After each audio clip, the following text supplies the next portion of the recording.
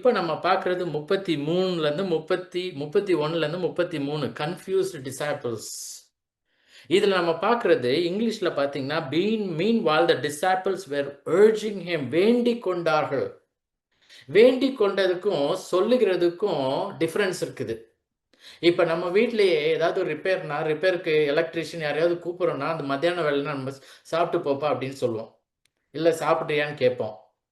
ஆனா அதே வந்து ஒரு ரிலேட்டிவ், நல்ல க்ளோஸ் ஃப்ரெண்ட் நம்ம வீட்ல வராங்கன்னா, நம்ம அவங்கள்ட்ட சொல்ற விதமே வேற மாரி இருக்கும். வாங்க வந்து சாப்பிடுங்க, உட்காருங்க. அவங்களே வந்து போறேன்னு சொன்னா நம்ம என்ன பண்ணுவோம்? இல்ல, இல்ல சாப்பிட்டு போங்க அப்படின்னு சொல்லி வி அர்ஜ் தெம். அந்த வார்த்தை தான் அது. வேண்டிக் கொள்றது. நல்லா தெரிந்த ஒரு மக்களிடத்துல, மனுஷனிடத்துல சொல்வது. கண்டிப்பா சாப்பிட்டு போங்க அப்படின்னு சொல்றோம் இல்லையா? அததான் அவர்கள் பண்ணினார்கள். சாப்பிடுங்க, சாப்பிடுங்க அப்படின்னு சொல்லி நல்ல பழக்கப்பட்ட ஒருத்தருக்கு சொல்ற மாதிரியான விஷயம் இது. இப்போ நம்ம பார்க்கிறது மீன்வாயில் எப்படி நடக்கையில் இந்த சமாரியா பெண் ஊருக்குள்ள போய் மக்களிடத்துல நான் செய்த எல்லாவற்றையும் சொன்னார் அப்படின்னு சொல்லி வாருங்கள் வந்து பாருங்கள்னு சொல்றது இவர் கிறிஸ்து தானோன்னு சொல்றப்போ நடந்த விஷயம் என்னன்னா, இந்த சீஷர்கள் வந்து இயேசுவின் இடத்துல ரபி போஜனம் பண்ணும் என்று வேண்டிக் கொண்டார்கள். இயேசுவானவர் நான் சொன்ன மாதிரி இது மத்தியான வேலை. அதற்காக தான் வந்துட்டு இந்த சீஷர்கள் 5 பேரும் ஊருக்குள்ள போய் போஜன பதார்த்தங்களை வாங்கும்படி சென்றிருந்தார்கள். ஸோ இப்போ அவங்க திரும்பி வந்து இயேசுவினிடத்துல சொல்றாங்க. இயேசுவானவருடைய பிசிக்கல் ஸ்டேட்டஸ் எப்படி இருந்திருக்கும் அப்படின்னா, அவர் இளைப்படைந்தவரா இருந்திருப்பார் முதலாவது. ஏன்னா, இந்த எருசலேம் ஊரிலிருந்து இந்த சீகார் பட்டணம் சீகார் ஊர் வந்து 30 மைல். ரொம்ப தூரம். ஈவன் அவர் வந்து இந்த யூதேயா தேசத்துல வெளிப்புறத்துல இருந்தாலுமே பார்த்தீங்கன்னா, ஒரு 15 மைல் இருந்திருக்கும். ஸோ அங்கெல்லாம் வந்து நடந்து தான் போயிருக்கணும். அதுவும் வந்து ஒரு ஃப்ளாட் ரோடா இருக்காது. மேல, கீழ, பள்ளம் எல்லாம் இருந்திருக்கும். அப்படி இருந்தும் அவர் வந்தார். அதனால அவர் பிசிக்கலி ரொம்ப டயர்டா இருந்திருப்பார். தாகத்துக்கு தான் கேட்டார். அப்ப தர்ஸ்ட். அவர் வந்து தண்ணீர் தாகத்தோடு இருந்திருப்பார். பசியில இருந்திருப்பார். இதுக்கு முன்னாக நம்ம பார்த்தது 26வது வசனத்துல அவர் கிறிஸ்து தான் தன்னை அறிமுகப்படுத்தினப்ப தன்னுடைய தேவ தன்மையை வெளிப்படுத்தினார். இப்போ இந்த சீஷர்கள் கேட்பதின் மூலம் நமக்கு என்ன தெரிய வருதுன்னா, அவருடைய மனித தன்மை. மனுஷன் அப்படின்னு நம்ம சொல்றப்ப அவனுக்கு தாகம், பசி, டயர்ட்னஸ், தூங்குறது இதெல்லாம் வந்து நேச்சுரல், நார்மல். அதை இயேசுவானவர் he also experienced. அத நம்ம பார்க்கிறோம். முதலாவது 27வது வசனத்துல நம்ம பார்த்தப்போ they were very careful. ஏன்னா அவங்க ஆச்சரியப்பட்டார்கள். ஆனா ஒண்ணும் கேட்கல. எதனால இந்த அம்மாட்ட பேசுறீங்கன்னு. இப்போ இந்த சீஷர்கள் அங்க கேர்ஃபுல்லா இருந்தாங்க. இங்க they were concerned. அவங்களுக்கு அவரை பத்தியான ஒரு ஒரு ஒரு அவங்களுக்கான ஒரு மனசுல ஒரு அக்கறை. இவ்வளோ நேரமா இருக்காரே, தண்ணியும் குடிக்கலையே, சாப்பிடலையே அப்படின்னு சொல்லி ஒரு அக்கறை. இப்ப பாருங்க அடுத்தது 32வது வசனத்துல இயேசுவானவர் என்ன சொல்றாருன்னு, அவர்களின் ஆச்சரியத்திற்கு இந்த சீஷர்கள் ஆச்சரியப்படத்தக்கதாக அவர் என்ன சொல்றார்? நான் புசிப்பதற்கு நீங்கள் அறியாத ஒரு போஜனம் எனக்கு உண்டு என்றார். அவர்ட்ட சாப்பாடு இருக்கு அப்படின்னு சொல்றாரு. உங்களுக்கு தெரியாத ஒரு சாப்பாடு என்கிட்ட இருக்கு. நீங்க வந்து சாப்பிடுங்கன்னு சொல்றீங்க. ஆனா ஏற்கனவே என்கிட்ட சாப்பாடு இருக்குன்னு சொல்றார். இந்த மாதிரி சொல்றது எப்படி இருக்குனாக்கா, நிக்கோதேமு கதையிலயும் சரி, நீ மறுபடியும் பிறக்க வேண்டும்னு சொன்னார் இல்லையா? ஜலத்தினாலும் ஆவியினாலும் பிறக்க வேண்டும். அவனுக்கு புரியல.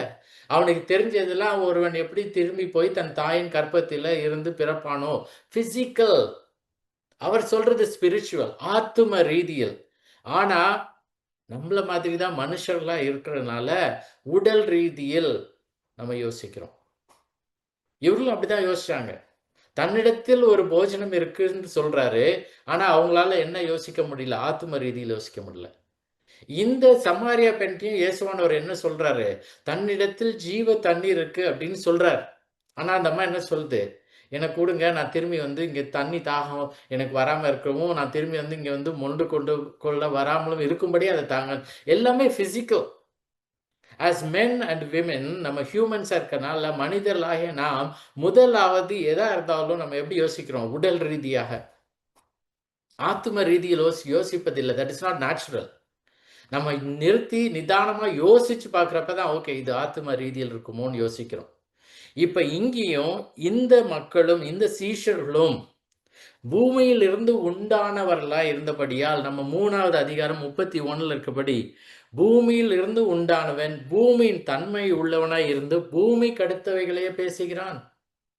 ஆனா பாருங்க, பரலோகத்திலிருந்து வந்தவர் பரம காரியங்களை பேசுகிறார். இது 3வது அதிகாரம் 31வது வசனத்தில் இருக்கு. உன்னதத்திலிருந்து வருகிறவர் எல்லாரிலும் மேலானவர், பூமியிலிருந்து உண்டானவன் பூமியின் தன்மை உள்ளவனாய் இருந்து பூமிக்கு அடுத்தவைகளை பேசுகிறான். பரலோகத்திலிருந்து வருகிறவர் எல்லாரிலும் மேலானவர். ஸோ இயேசுவானவர் இங்க குறிப்பது இவர்கள் நினைச்ச மாதிரி ஃபுட் இல்லை, சாப்பிட்றதுக்கு இல்லை, அதாவது உடலுக்கு.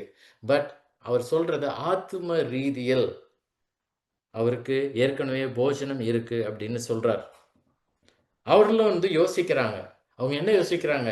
இந்த அம்மா ஸ்ரீயானவள் பேசிட்டு இருந்தாரே, அந்த அம்மாவோ குடத்தை விட்டுட்டு போச்சு. இயேசுவானவர் நம்மளோட தான் வந்தார், அவர்கிட்டயும் எந்த ஸ்நாக்ஸ் கூட இல்லை, சாப்பாடே இல்லை, இப்ப நாங்க தான் வாங்கிட்டே வரோம். அப்படி இருந்தும் எப்படி இவர் தன்னிடத்தில் போஜனம் இருப்பதாக சொல்லலாம் அப்படின்னு சொல்லி யோசிக்கிறாங்க. ஸோ அதனால லாஜிக்கல் ரீசன் என்ன, அந்த லாஜிக்கல் ரீசன் என்ன அப்படின்றதே அவங்க சொல்றாங்க பாருங்க. ஸோ இது 33வது வசனம். So the disciples said to one another, has anyone brought him something to eat? வேற யாராவது கொண்டு வந்திருப்பானோ? நம்ம இல்லையே, நம்ம போயிருந்தோமே, இப்ப நம்ம ஸ்திரீயோட தான் பார்த்தோம், மேபி வேற யாராவது நடுவில் கொடுத்துட்டு போயிருப்பானோ சாப்பாடை அப்படின்னு சொல்லி லாஜிக்கலி அதான் பாசிபிள் அப்படின்னு சொல்லி அவங்க யோசிச்சு கேட்குறாங்க. கிரீக்ல இது எப்படி இருக்குனாக்க, no one did bring him to eat, யாரும் அவருக்கு போஜனம் கொண்டு வரவில்லையே அப்படின்னு சொல்லி அவர்களுக்குள்ள பேசிக்கிறாங்க. அவர்கிட்ட கேட்கல வேற யாராவது கொண்டு வந்தாங்களா, எப்படி உங்கள்கிட்ட போஜனம் இருக்கு அப்படின்னு கேட்கல, அவங்களுக்குள்ளேயே பேசிக்கிறாங்க. அந்த பேச்சு, அவர்கள் பேசுவதை இயேசுவானவர் கேட்கிறார். கேட்டுட்டு தான் இப்ப அடுத்தது நம்ம பார்க்கிறோம். 34வது வசனம். கிறிஸ்தவர்களாகிய நமக்கு, நம்ம எல்லாரும் கிறிஸ்துவின் சீஷர்கள். கிறிஸ்து அப்படின்னு சொல்றது, கிறிஸ்டியன் அப்படின்னு நம்ம ஒரு வார்த்தையை யூஸ் பண்றோம், கிறிஸ்டியன். அதோட மீனிங் என்னன்னா ஃபாலோவர் ஆஃப் கிரைஸ்ட். கிறிஸ்துவை பின்பற்றுகிறவன் தான் கிறிஸ்தவன். இந்த கிறிஸ்டியனா இருக்கிற நம்ம கிறிஸ்தவர்கள் இயேசுனுடைய சீஷர்கள். we are the disciples of Jesus. நிறைய நேரம் நம்ம அப்படி யோசிக்கிறது இல்லை. சீஷர்கள்னா உடனே நமக்கு ஞாபகம் வர்றது அந்த 12 பேரும். ஒவ்வொரு கிறிஸ்தவனும் இயேசுவினுடைய சீஷன். இப்போ நமக்கு கொடுக்கப்பட்டிருக்கிற இந்த முக்கியமான வசனம் 34வது வசனம். It is the personal mission, தனிப்பட்ட இயேசுவின் பணி, குறிக்கோள்னு கூட சொல்லலாம். நமக்கு அது ஒரு எடுத்துக்காட்டா இருக்கிறது. இப்ப இயேசுவானவர் இந்த சீஷர்கள் அவங்களுக்குள்ள பேசிக்கிறதை கேட்டு இயேசுவானவர் என்ன சொல்றார் பாருங்க. 34வது வசனம். Jesus said to them, my food is to do the will of him who sent me and to accomplish his work. 2 விஷயத்தை அவர் சொல்றாரு. என்னுடைய போஜனம் நான் என்னை அனுப்பினருடைய சித்தத்தின்படி செய்து, அது நம்பர் 1. அவருடைய கிரியையை முடிப்பதே எனக்கு போஜனம். சித்தத்தை செய்வது, காரியத்தை முடிப்பது.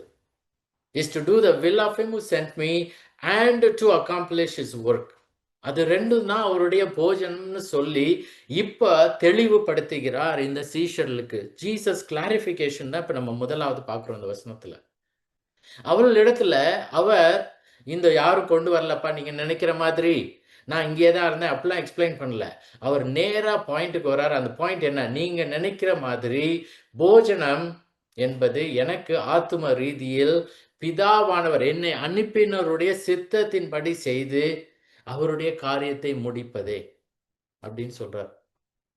இந்த வசனத்தை நம்ம பார்க்கிறப்போ இது எப்படி இருக்கும்னா 3வது அதிகாரத்துல நம்ம போய் பார்த்தோம்னா, "he must increase but I must degrees" அப்படின்னு சொல்லி 30வது வசனத்துல நம்ம பார்க்கிறோம். இங்க யோவான் ஸ்நானகன் அவர் பெருகவும் நான் சிறுகவும் வேண்டும்னு சொன்னார்.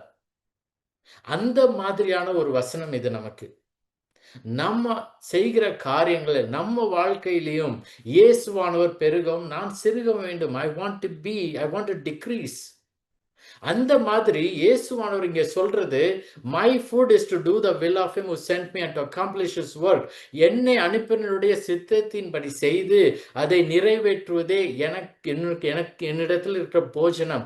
இந்த வசனமும் நமக்கும் அது ஒரு கமாண்ட், ஒரு எக்ஸாம்பிளா இருக்கணும். நிறைய நேரம் நம்ம பல நேரங்கள்ல போய் ஹோட்டல்ல சாப்பிடுறோம், இல்ல வீட்ல என்ன சாப்பாடு அப்படின்னு கேட்டு நம்ம டிசைட் பண்றோம். நம்மளுடைய சாப்பாடு அப்படின்றப்ப நமக்கு இம்மிடியேட்டா தோன்றது நம்ம சாப்பிடுறத பத்தி, அதாவது உடல் ரீதியாக. ஆனா இந்த வசனத்தை கேட்டதுக்கு அப்புறம் நமக்கு தோண வேண்டியது என்னன்னா, நம்மளுடைய போஜனமும் ஆத்தும ரீதியில் தேவனுடைய சித்தத்தை செய்வதும், அதன்படி அந்த காரியத்தை முடிப்பதுமாய் இருக்கிறதா? இல்ல நான் வசனத்த மட்டும் கேட்கிறேன். நல்லா இருக்குது.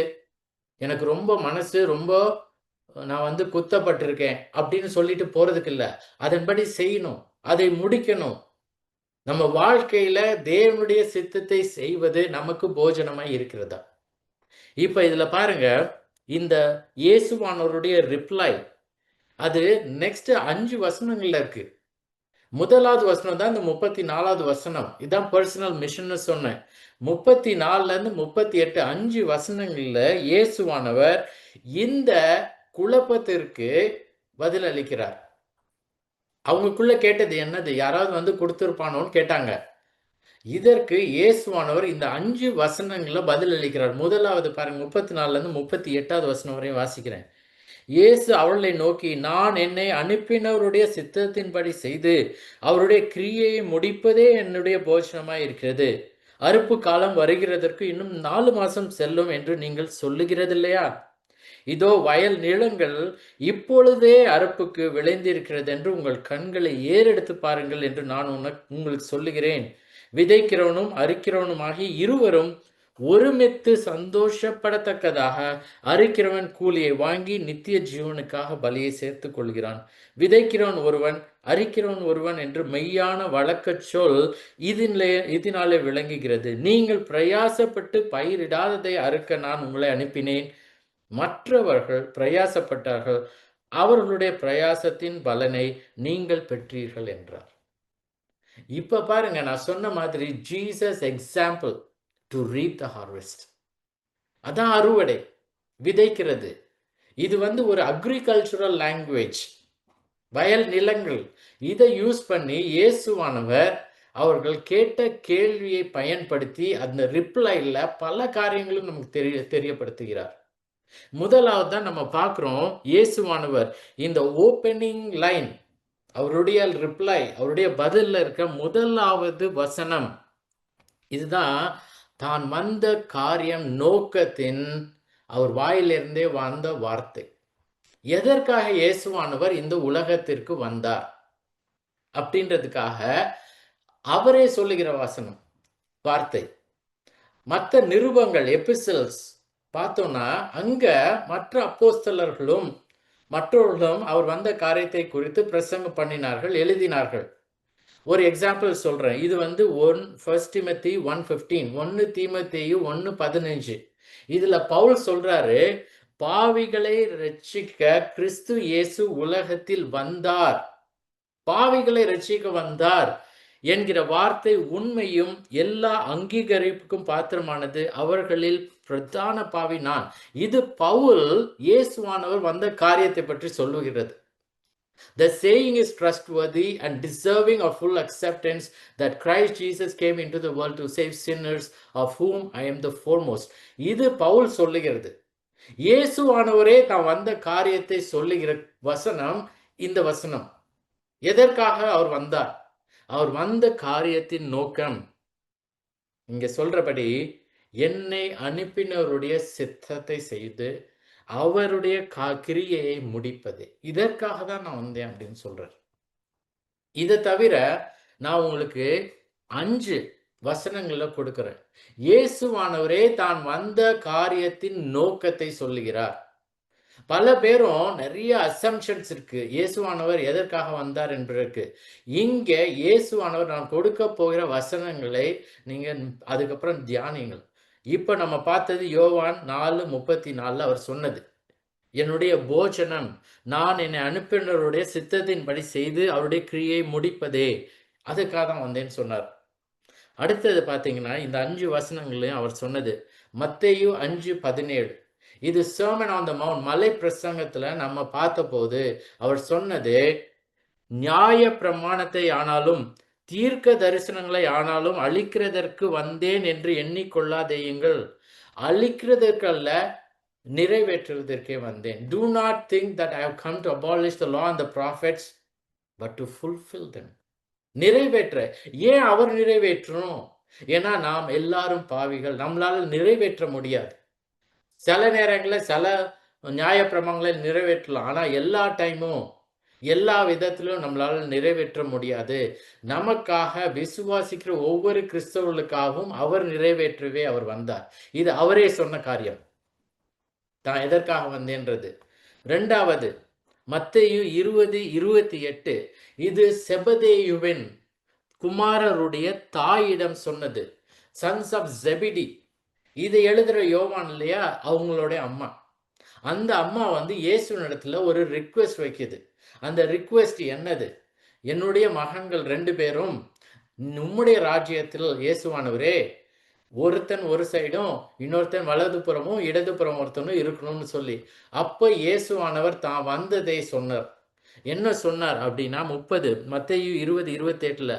அப்படியே மனுஷகுமாரனும் ஊழியம் கொள்ளும்படி வராமல் ஊழியம் செய்யவும் அநேகரை மீட்கும் பொருளாக தம்முடைய ஜீவனை கொடுக்கவும் வந்தார். இதற்காக தான் நான் வந்தேன்னு சொல்றார். Even as the Son of Man came not to be served, but to serve and to give his life as a ransom for many.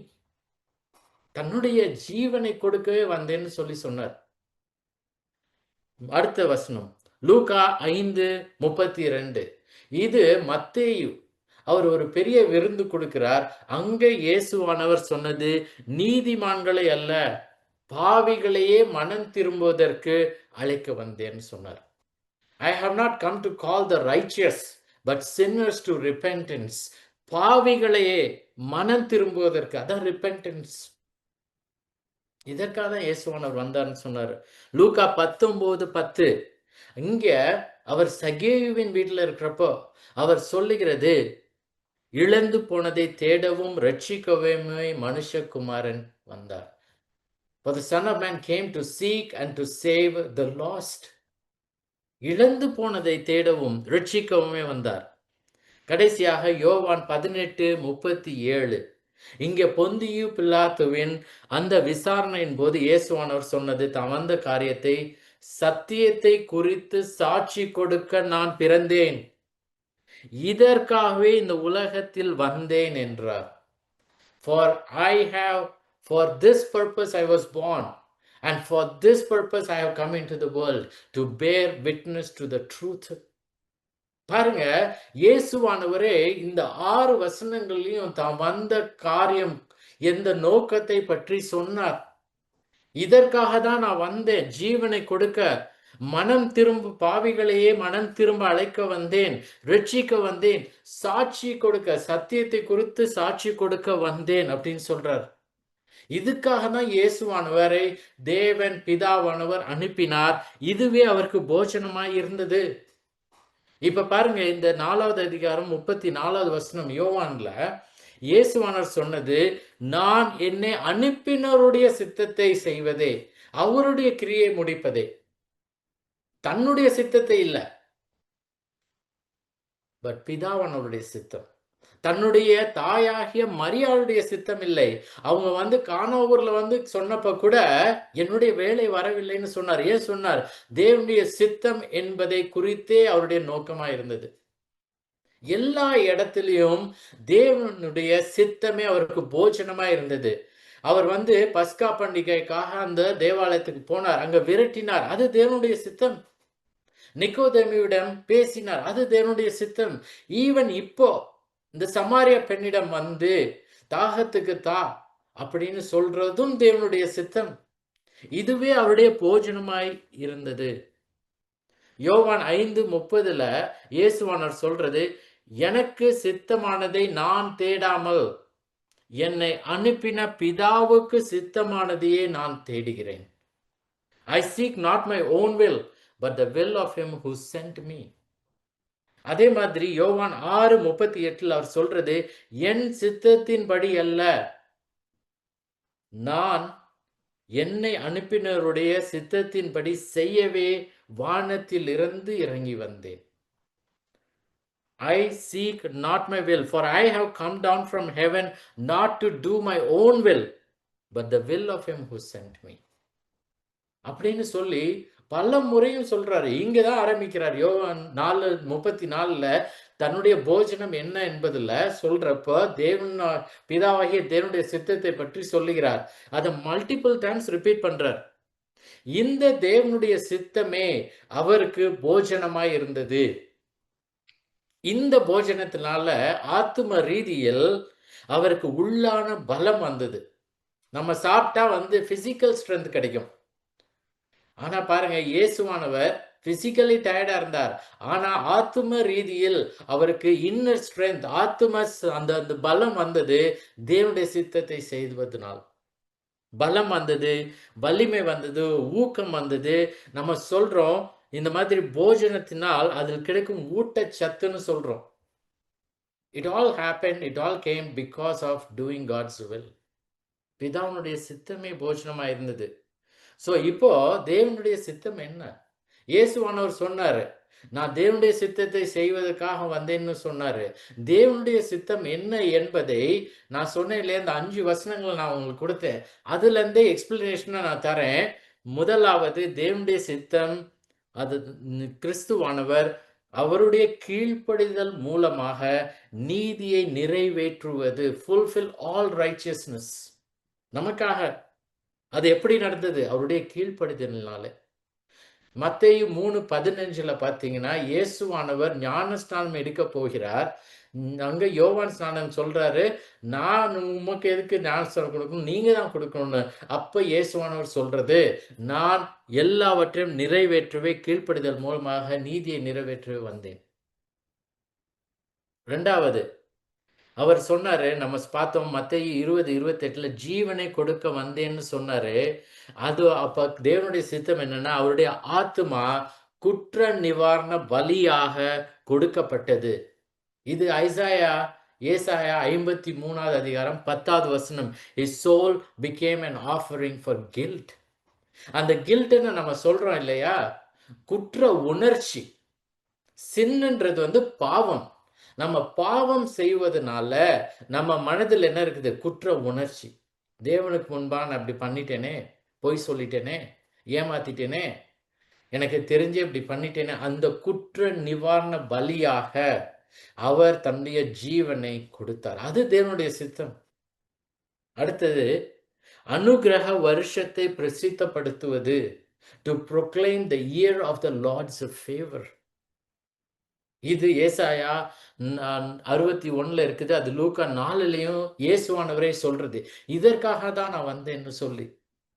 அது லூக்கா 5ல பார்த்தோம், பாவிகளையே மனம் திரும்புவதற்கு அழைக்க வந்தேன்னு. எப்படி அழைக்க வந்தேன் அதையே நம்ம பார்க்கிறது. To proclaim the year of the Lord's prayer, அனுகிரக வருஷத்தை பிரசித்தப்படுத்துவது.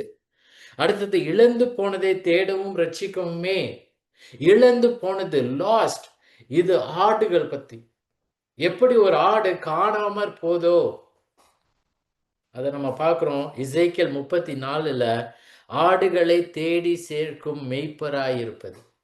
He is the shepherd who gathers the sheep. ஆடுகள் எல்லாம் தங்கள் வழியில போதுங்க. அப்போ இந்த மேய்ப்பர் வந்து அதுங்களை கூட்டிக் கொண்டு தேவனுடைய ராஜ்யத்தில் சேர்ப்பது தேவனுடைய சித்தம். கடைசியாக தேவனுடைய வார்த்தைகளை பேசுவது. அப்படிப்பட்ட ஒரு தீர்க்கதரிசி தான் வருவார்னு சொல்லி உபாகம் 18ல மோசேஸ் அறிவித்தார். தன்னை மாதிரியான ஒரு தீர்க்கதரிசி வரப்போகிறார்னு. அதுதான் இந்த சமாரியா பெண்ணும் எதிர்பார்த்தது. அது அப்போ மோசே சொன்னது, தேவனுடைய வார்த்தைகளையே அந்த தீர்க்கதரிசி பேசுவார். இயேசுவானவர் பொந்திய பிலாத்துட்ட சொன்னது, நான் எதற்கு வந்தேன்னா சத்தியத்தை குறித்து சாட்சி கொடுக்க. அதை பற்றி பேச, இதற்காக தான் இயேசுவானவர் வந்தார். ஐசாயா 53 10வது வசனத்துல பாத்தீங்கன்னா, the will of the Lord shall prosper in his hand. கர்த்தருக்கு சித்தமானது அவர் கையினால் வாய்க்கும். அதுவே அவர் போஜனம். எபிரேயர் 10:7ல பாத்தீங்கன்னா, தேவனே உம்முடைய சித்தத்தின் படி செய்ய இதோ வருகிறேன். புஸ்தக சுருளில் என்னை குறித்து எழுதி இருக்கிறது. Behold, I have come to do your will, God, as it is written of me in the scroll of the book. யோவான் 17வது அதிகாரம், அதுல இயேசுவானவர் ஜெபிக்கிறார். அந்த லார்ட்ஸ் பிரேயர்ல 4வது வசனத்துல அவர் ஜெபித்தது பிதாவிடம், I have glorified you on earth, having accomplished the work that you gave me to do. நான் முடித்து விட்டேன். சோ இப்போ யோவான் 4வது அதிகாரம் 34வது வசனத்துல பாத்தீங்கன்னா, இயேசுவானவர் சொன்னது, my food is to do the will of him who sent me and to accomplish his work. அந்த accomplish அப்படின்ற வார்த்தை, செய்து முடிப்பது, கிரியையை முடிப்பதே. இந்த வார்த்தை டெலையோ அப்படின்ற கிரேக்க வார்த்தை, அக்காம்ப்ளிஷ் பண்றது. இதுல இருந்து தான் டெட்டலஸ்தாய் அப்படின்ற வார்த்தை வருது. அத 6வது வார்த்தையாக இயேசுவானவர் சிலுவையில் சொன்னார். டெட்டலஸ்தாய் அப்படின்னா இட் இஸ் ஃபினிஷ்ட், எல்லாம் முடிந்ததுன்னு சொல்றோம் இல்லையா, முடிந்து விட்டது. அந்த வார்த்தையோட மீனிங் என்னன்னா, ஒரு காரியத்தை முடிவுக்கு கொண்டு வருவது, ஒரு காரியத்தை முழுமையாக செய்வது, கொஞ்சம் கூட விட்டு வைப்பதில்லை. 99.9% செஞ்சுட்டு அந்த 0.1% விட்டு வைப்பதில்லை. எல்லாவற்றையும் இயேசுவானவர் முடித்தார். It is finished, completely do, கட்டளையை நிறைவேற்றுவது. அப்படியான வார்த்தை அக்காம்ப்ளிஷ், கிரியையை முடிப்பதே. தேவனுடைய சித்தத்தை அவர் அறிந்தது மட்டும் இல்லை, அவர் முடித்தார். அததான் அவர் போஜனமாய் கருதினார், அவர் செய்தார். நமக்கும் இயேசுவானவர் அவருடைய ஜெபத்துல நமக்கு சொன்னது, நம்ம சொல்றோம் பரமண்டல ஜெபம் அப்படின்னு சொல்றோம். அப்ப நம்ம சொல்றது, பரமண்டலங்கள் இருக்குங்க பிதாவே, உம்முடைய நாமம் பரிசுத்தப்படுவதாக, உம்முடைய ராஜ்யம் வருவதாக. அதுக்கப்புறம் என்ன சொல்லி கொடுத்தார்? உம்முடைய சித்தம் பரலோகத்திலே செய்யப்படுகிறது போல பூமியிலும் செய்யப்படுவதாக. Your will be done on earth as it is in heaven. சித்தத்தின்படி நாமும் செய்ய வேண்டும் என்பதே நமக்கு கொடுக்கப்பட்டிருக்கிற கட்டளையும் இந்த உதாரணமும் and also நம்முடைய ஜெபமாய் இருக்க வேண்டும். அதுவே நமக்கு போஜனமாய் இருக்க வேண்டும். அதனால்தான் இயேசுவானவர் அந்த டெம்டேஷன்ஸ், அவர் சோதிக்கப்படுகிறப்ப சாத்தானிடம் சொன்னது, மனுஷன் அப்பத்தினால் மாத்திரம் அல்ல, தேவனுடைய வார்த்தையின் வாயிலிருந்து புறப்படுகிற ஒவ்வொரு வார்த்தையினாலும் அவன் வாழ்வான். Man shall not live by bread alone, but by every word that comes from the mouth of God. அதனால நம்ம எப்போதும் நம்மளுடைய priority, இம்பார்ட்டன்ஸ், நம்முடைய நோக்கம் எதுவாக இருக்கணும்? எஸ், நமக்கு சாப்பிடுகிற உணவு வேண்டும் நம்முடைய பாடிக்கு, பிசிக்கலா இருக்கிறதுக்கு. ஆனா அது மாத்திரம் நமக்கு போஜனமா இருக்கக்கூடாது. தேவனுடைய சித்தத்தின்படி செய்து அவருடைய காரியத்தை முடிப்பதே இயேசுவானவர் போல நமக்கும் போஜனமா இருக்க வேண்டும். சோ முழுமையான ஞானம் அவருக்கு இருந்தது, தேவனுடைய சித்தத்தின்படி ஆர்வம் மிக்க விருப்பம் இருந்தது. நான் செய்யணும், தேவனுடைய சித்தம் எனக்கு தெரியும், எனக்கு விருப்பமா இருக்கிறது, நான் அதை முடிக்க வேண்டும். கடைசியா சந்தோஷமா அவர் கீழ்ப்படிந்தார். நிறைய நேரம் நமக்கும் தேவனுடைய சித்தம் என்ன அப்படின்னு சொல்லி தெரியும், ஆனாலும் என்ன பண்ணுவோம்? வேற வழி இல்லாம செய்வோம், முணங்கிட்டே செய்வோம்.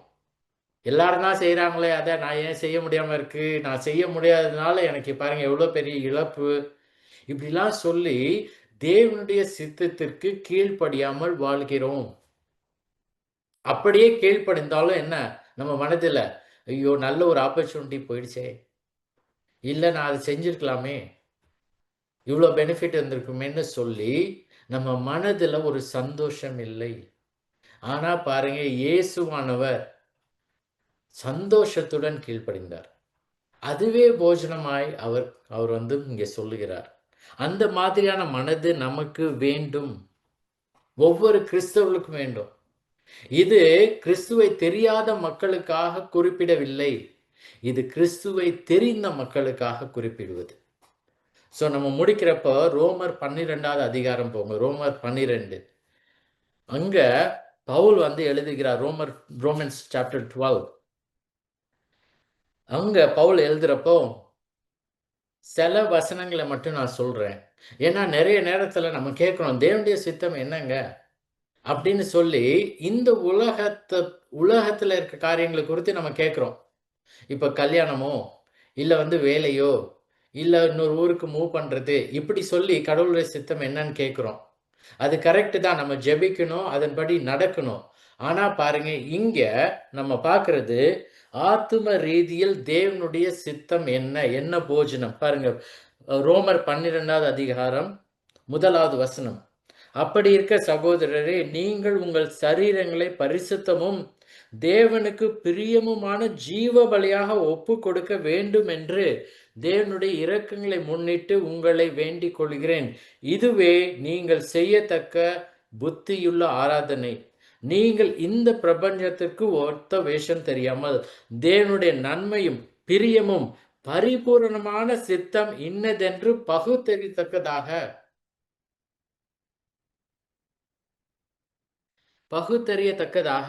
உங்கள் மனம் புதிதாகிறதினாலே மறுரூபமாகுங்கள். இதுதான் தேவனுடைய சித்தம். தேவனுடைய சித்தத்தை நாம் தெரிந்து கொண்டு எப்படி நாம் எல்லாரும் அதன்படி வாழுவதே, அதற்கான எக்ஸாம்பிள் தான் வந்து அதுக்கப்புறம் நம்ம பார்க்கிறோம். 9வது வசனத்துல பார்த்தீங்கன்னா, அன்பு மாயமற்றதாய் இருப்பதாக அப்படின்னு சொல்லி பார்க்கிறோம். அது மட்டும் இல்லாம சகோதர சிநேகம், நம்பிக்கையிலே சந்தோஷம், உபத்திரவத்திலே பொறுமை, ஜெபத்திலே உறுதியாய் தரித்திருங்கள். இது எல்லாம் தேவனுடைய சித்தம். அதுதான் நம்ம பார்க்கிறோம். இப்ப நம்ம பார்த்தது தேவனுடைய சித்தம் எப்படி இயேசுவானவருக்கு போஜனமாய் இருந்ததோ, அதுபோல நாமும் தேவனுடைய சித்தத்தை போஜனமாய் கொண்டு அதன்படி வாழ வேண்டும். ஜெபிக்கலாமா? அன்புள்ள பரம தகப்பனே, எங்களுக்கு இந்த வேலையை நீர் கொடுத்ததுக்காக உமக்கு நன்றி ஆண்டவரே. தகப்பனே, உம்முடைய வசனங்களுக்காக உமக்கு நன்றி. இப்பொழுதும் சுவாமி, நாங்கள் கேட்பதோடு இல்லாமல் அதன்படி நடக்கிறவர்களா இருந்து உம்முடைய போஜனம், உம்முடைய சித்தம் என்பதை எங்களுக்கு நினைவுபடுத்தி அதை நாங்கள் முழுவதுமாக கிரியை முடிப்பதே எங்களுக்கு போஜனமாக இருக்க கிருபை செய்தலும். நாங்கள் ஆண்டவரே சுவாமி, பல நேரங்களும் நாங்கள் கேட்டுட்டு மறந்துடுறோம், இல்லைன்னா அதை மீறி விடுகிறோம். எங்களை மன்னித்தள்ளும் ஆண்டவரே. நாங்கள் இன்னும் அதிகமாய் உமக்குள்ள நெருங்கி வந்து உம்முடைய வாழ்க்கை எப்படி உம்முடைய சித்தத்தை உம்முடைய குமாரன் செய்தாரோ அதன்படி அவரையே நாங்கள் உதாரணமாக வைத்து வாழ நீர் கிருபை செய்தலும். இப்பொழுதும் தேவனை தெரியாத மக்களுக்காக இடத்துல வர ஆண்டவரே, அவர்களுக்கும் நாங்கள் போய் உம்மை பற்றி எடுத்துக்கூறவும், உம்முடைய குமாரனை பற்றி எடுத்துக்கூறவும், இப்போ நாங்கள் பார்த்த மாதிரி அவருடைய வார்த்தை, அவருடைய வாயிலிருந்தே ஏன் வந்தார் என்கிற வார்த்தையை சொல்லி அறிவிக்கவும் நீர் எங்கள் கிருபை செய்தலும். நாங்கள் மற்றவர்களையும் உம்மிடத்துல கொண்டு வர நீர் கிருபை செய்தலும். நாங்கள் உம்மிடத்துல நாங்கள் உம்முடைய கிருபையை, உம்முடைய மகா மகா கிருபை அண்ட் மெர்சி லார்ட், இரக்கத்தை முன்னிட்டு நாங்கள் கேட்குறோம் ஆண்டவரே. நீங்கள் எங்கள் ஜெபத்தை கேளும், உம்முடைய வார்த்தையின்படி வாழ கிருபை சொல்லுமா. இயேசு மூலம் ஜெபிக்கிறோம் பிதாவே.